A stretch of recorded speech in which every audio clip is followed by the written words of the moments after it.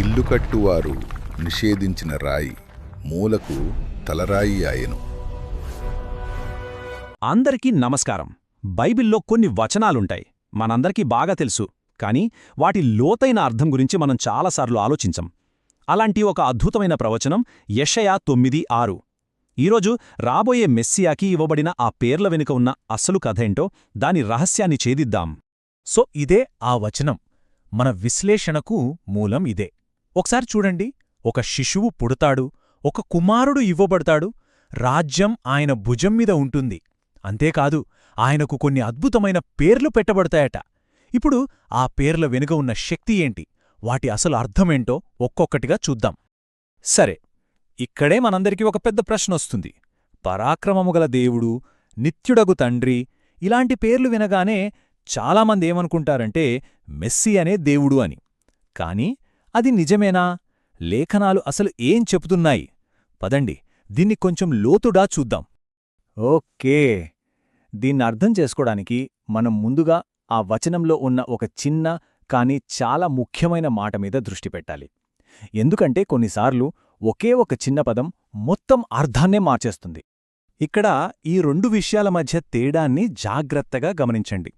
ప్రవచనం ఆయన పరాక్రమముగల దేవుడు అని చెప్పట్లేదు. ఏమని చెప్తోంది? ఆయన పేరు పరాక్రమముగల దేవుడు అని పిలువబడును అని. చూశారా? ఇది ఆయన ఐడెంటిటీ గురించి కాదు, అంటే ఆయన ఎవరు అనే దాని గురించి కాదు. ఇది ఆయన పాత్ర, ఆయన చేసే పనిని వర్ణిస్తోంది. ఈ చిన్న తేడానే మన అవగాహనను పూర్తిగా మార్చేస్తుంది. సరే, ఆ తేడా ఏంటో అర్థమైంది కదా. ఇప్పుడు ఆ బిరుదుల్లోకి వెళ్దాం. ఒక్కో పేరు వెనుకున్న అసలు అర్థమేంటో ఇప్పుడు చూద్దాం. ఎందుకంటే ప్రతి పేరు ఆయన పాత్ర గురించి ఒక ముఖ్యమైన విషయాన్ని మనకు చెబుతోంది. మొదటిది పరాక్రమము గల దేవుడు. హీబ్రూలో దీన్ని ఏల్ గిబ్బోర్ అంటారు. దీని అర్థమేంటంటే దేవుని యొక్క శక్తి ఒక వ్యక్తి ద్వారా పనిచేయడం. అంటే మెస్సియా దేవుని తరఫున దైవిక అధికారాన్ని, శక్తిని చూపిస్తాడు. అంతేకాని ఆయనే స్వయంగా సర్వశక్తిమంతుడైన దేవుడు అని కాదు. దేవుని శక్తి ఆయనలో పనిచేస్తుందని అర్థం. ఇక రెండోది నిత్యుడగు తండ్రి. దీన్ని చాలామంది తప్పుగా అర్థం చేసుకుంటారు. నిజానికి దీన్ని యుగానికి తండ్రి అని అనువదిస్తే ఇంకా స్పష్టంగా ఉంటుంది.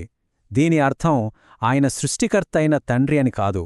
బదులుగా రాబోయే ఒక కొత్త యుగానికి, అంటే దేవుని రాజ్యానికి ఆయన ఒక తండ్రిలాంటి స్థాపకుడవుతాడని సూచిస్తుంది. అయితే ఇలా దేవుని ప్రతినిధికి దేవుని బిరుదులివ్వడం కేవలం యెషయా గ్రంథంలోనే ఉందా? అస్సల్లేదు. ఇది బైబిల్ అంతటా కనిపించే ఒక పద్ధతి. దీన్ని అర్థం చేసుకుంటే మనకు విషయం ఇంకా బాగా అర్థమవుతుంది. అవును, ఈ కాన్సెప్ట్ యెషయా 9:6కు మాత్రమే ప్రత్యేకమైనది కాదు. బైబిల్ లోపల ఇలాంటివి చాలానే ఉన్నాయి. కొన్ని ఉదాహరణలు చూద్దాం.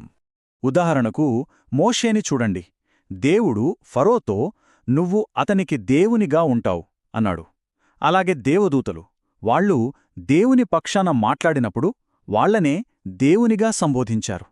కొన్ని పాత యూదుల రచనల్లో కూడా మోషేలాంటి గొప్ప వ్యక్తులను గౌరవంగా దేవుడు అనే పదం వాడారు. సో దీన్ని బట్టి మనకేం తెలుస్తోంది? దేవునికి పరిపూర్ణంగా ప్రాతినిధ్యం వహించేవారికి ఆ బిరుదులు ఇవ్వడమనేది బైబిల్ కాలంలో ఉన్న ఒక పద్ధతి. సరే, ఇవన్నీ చూశాక మనం ఒక ఫైనల్ పాయింట్కి వస్తున్నాం. ఇదంతా దేని గురించి? ఆయన పాత్ర గురించా, లేక ఆయన గుర్తింపు గురించా? సో మనం గుర్తుపెట్టుకోవాల్సిన అస్సలు విషయం ఇదే. యెషయా 9:6లో ఉన్న బిరుదులు మెస్సియాను సర్వశక్తిమంతుడైన దేవుడు అని చెప్పట్లేదు. బదులుగా దేవుడు ఆయనకిచ్చిన పాత్ర, అధికారం గురించి వివరిస్తున్నాయి. ఆయన ఎలాంటి పనులు చేయబోతున్నాడో అవి సూచిస్తున్నాయి.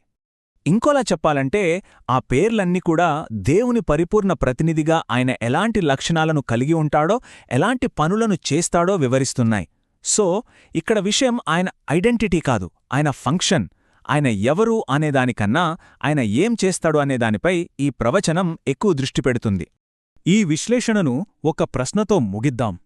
ఒకోసారి మనం పదాలను పైపైన చూస్తాం, కాని ఒక బిరుదు వెనకున్న నిజమైన అర్థాన్ని, దాని సందర్భాన్ని మనం తెలుసుకున్నప్పుడు మొత్తం కథే ఎలా మారిపోతుందో ఆలోచించండి కదా.